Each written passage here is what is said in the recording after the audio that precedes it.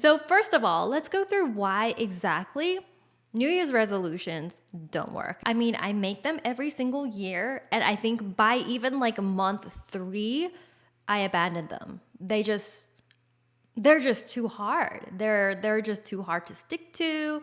And then I go through this whole process of like blaming myself for being like so, unself-controlled, unmotivated. Why can't I just do this simple thing?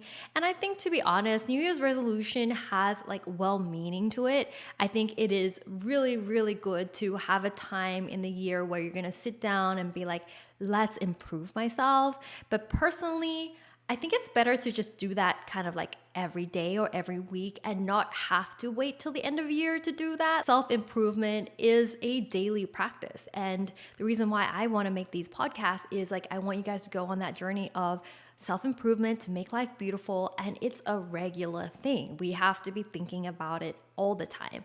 And I think where New Year's resolutions fall down is it gives you an excuse to wait till the end of the year to then do it, when you could just start now. And I think I encourage you guys to go through this process with me like today while you're listening to this podcast.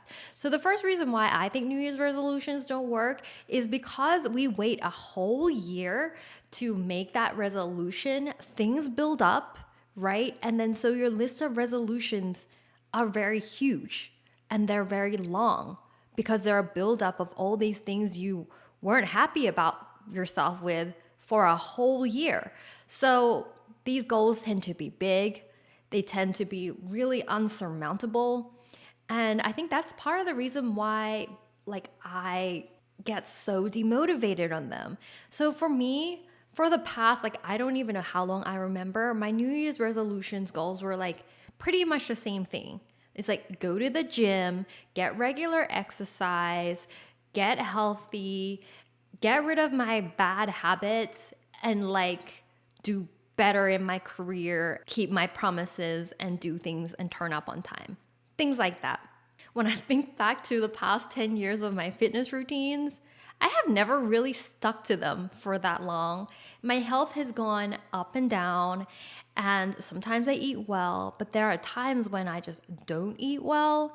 And in terms of whether I turn up to things on time, that's a hit and miss as well. So if your goals are huge and insurmountable, it's so hard to stick with them because you think of them and they're so overwhelming. And this brings me to the next point, which is really like, not only do you make big goals like get healthy, lose weight, but these goals are like very general.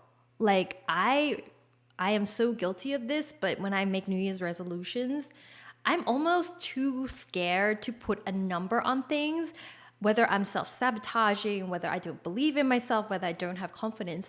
I never set a goal like exercise 3 times a week for 20 minutes doing treadmill.